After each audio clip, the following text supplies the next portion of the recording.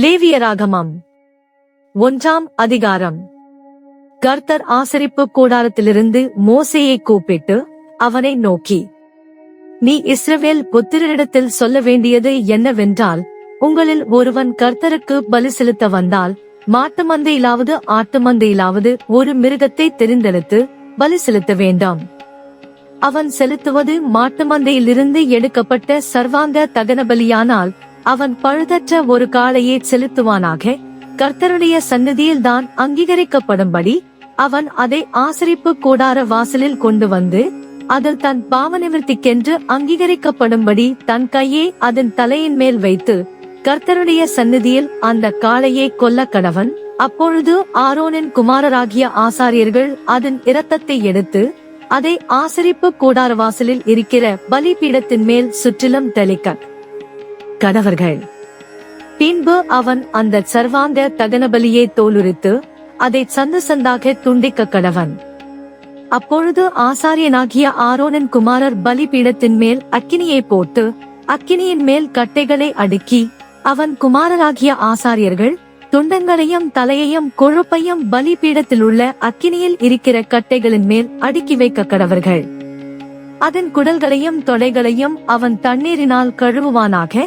அவைகளையெல்லாம் ஆசாரியன் பலிபீடத்தின் மேல் சர்வாங்க தகன பலியாக தகனிக்க கடவன். இது கர்த்தருக்கு சுகந்த வாசனையான தகன பலி. அவன் செலுத்துவது செம்மறியாட்டு மந்தையில் உள்ள ஆடுகளிலாவது வெள்ளாட்டு மந்தையில் உள்ள ஆடுகளிலாவது எடுக்கப்பட்ட சர்வாங்க தகன பலியானால், பழுதற்ற ஒரு கடாவை கொண்டு வந்து கர்த்தருடைய சந்நிதியில் பலிபீடத்தின் வடபுறத்தில் அதை கொல்ல கடவன். அப்பொழுது ஆரோனின் குமாரராகிய ஆசாரியர்கள் அதன் இரத்தத்தை பலிபீடத்தின் மேல் சுற்றிலும் தெளிக்க கடவர்கள். பின்பு அவன் அதை சந்து சந்தாக துண்டித்து அதன் தலையையும் கொழுப்பையும் கூட வைப்பானாக. அவைகளை ஆசாரியன் பலிபீடத்தில் உள்ள அக்கினியில் இருக்கிற கட்டைகளின் மேல் அடுக்கி வைக்க கடவன்.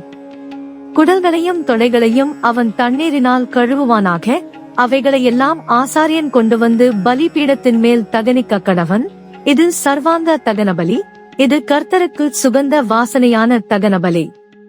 அவன் கர்த்தருக்கு செலுத்துவது பறவைகளிலிருந்து எடுக்கப்பட்ட சர்வாங்க தகன பலியானால், காட்டு புறாக்களிலாவது புறா குஞ்சுகளிலாவது எடுத்து செலுத்த கடவன். அதை ஆசாரியன் பலிபீடத்தண்டையில் கொண்டு வந்து அதன் தலையை கிள்ளி பலிபீடத்தில் தகனித்து, அதன் இரத்தத்தை பலிபீடத்தின் பக்கத்தில் சிந்தவிட்டு, அதன் இரைப்பையை அதன் மலத்தோடும் கூட எடுத்து அதை பலிபீடத்தண்டையில் கீழ்ப்புறமாக சாம்பல் இருக்கிற இடத்திலே எரிந்துவிட்டு, பின்பு அதன் செட்டைகளுடன் அதை இரண்டாக்காமல் பிளப்பானாக. பின்பு ஆசாரியன் அதை பலிபீடத்தில் உள்ள அக்கினியில் இருக்கிற கட்டைகளின் மேல் தகனிக்க கடவன்.